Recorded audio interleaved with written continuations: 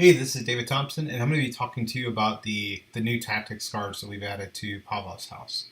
So, if you've read the rules, if you watched the videos, I've been using the original tactics cards. It's a deck of 10 cards that, over the sequence or over the total part of the game, you're going to shuffle those and use those at least 3 different times. So, that was great. I like those. There was a lot of randomness in those. It helps simulate the original intent which was breaks down potential breakdowns in the on the German side for command and control, where occasionally you'd have a sequence where a tactics card wouldn't provide a lot of assistance, and you'd have times where it was very impactful. So I like the system a lot. But what we wanted to do was add more history to the sequencing of the tactics cards, and make them more consistent in their impact across the totality of the game.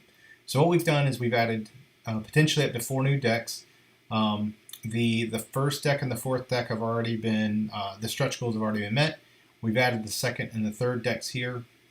And so I'm just going to talk about how they'll be implemented into the game. So here I've got the 5 decks of the German cards. You're familiar with those if you've seen videos about how to play the game. So those stay the same. And this is showing you the elite solitaire or 2-player version. So not talking about the competitive version of the game. So as normal, we would add the resupply cards. We would stack the deck. So this is none of this changes with the inclusion of the new tactics cards. Okay, so now let's talk about them. So you can see the numbers for the decks mirror the normal German card decks. So we would take them, we're gonna flip them over, and we'll shuffle them.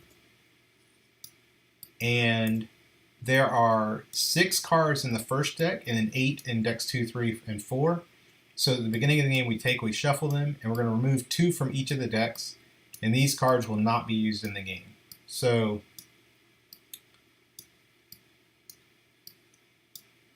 that leaves us with 4 in the first deck and 6 in each of the other decks. Okay, so already we're adding some variability to repeated plays because you don't know, playing through the game, you won't know which of those cards were removed. Okay, so then we're going to stack the decks. And also, unlike the original way the tactics cards were used, where you're cycling through them multiple times in the single deck multiple times in the game, now we're only going to use each card 1 time. So we will start by showing you how this would normally work. So normally you would deal out 3 cards, and we'll resolve 1 at a time. For the tactics cards in the elite version of the game, you would deal out 2 cards at the beginning of the game. Both are going to be in play. So you can see air superiority and artillery barrage are in play. We would be revealing these 1 at a time. So you can see air superiority is going to support the Junkers. Artillery barrage will support the artillery card.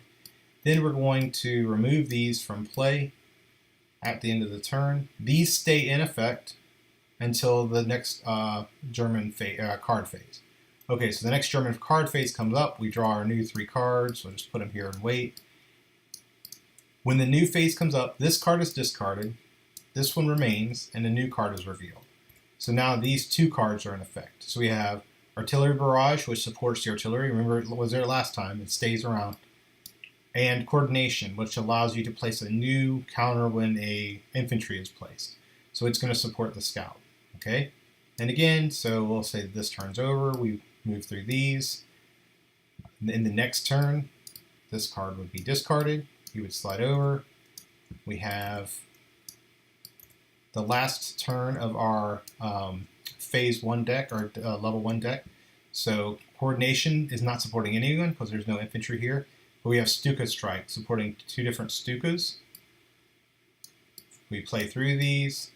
The resupply card would come up. We would resolve it. It would go to the Storm Group location.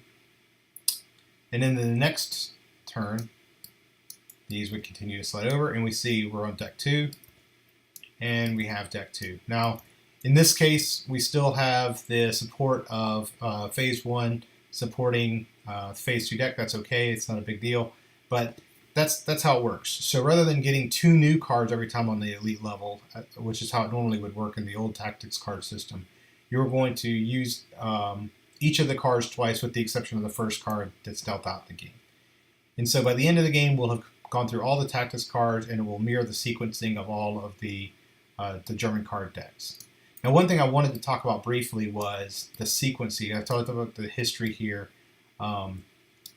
And so just to give you an idea of what we're basing this on, generally speaking, we have 4 different decks.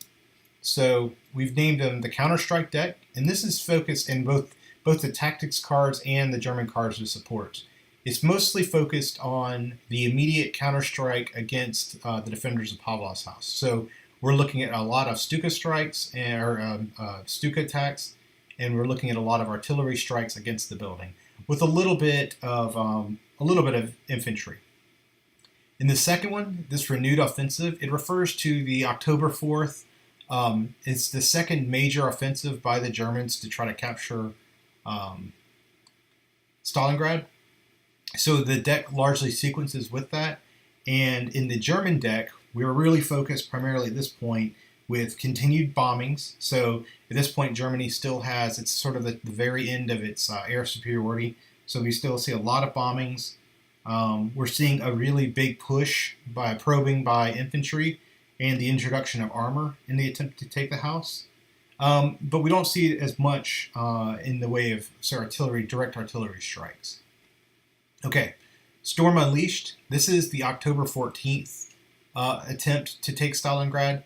This is really the third major offensive, and honestly, this is what sort of the bordering on apocalyptic level of assault by the Germans. This was huge. So in this phase, we're talking primarily about massive increased attacks by armor, not as much Stuka attacks, but a huge amount of artillery focused against the house. And in the final assault, this is the mid-November final effort by the Germans, really sort of a last-ditch effort to capture Stalingrad. And here we're looking at mostly surges by infantry, some armor, and then a final few Stuka attempts to damage the operational level elements of the Soviet 62nd Army. Okay, so I just wanted to walk through that, the intent of the new tactics cards, and hopefully that makes sense. I'd definitely like to see any feedback anyone has on that. So thanks for watching.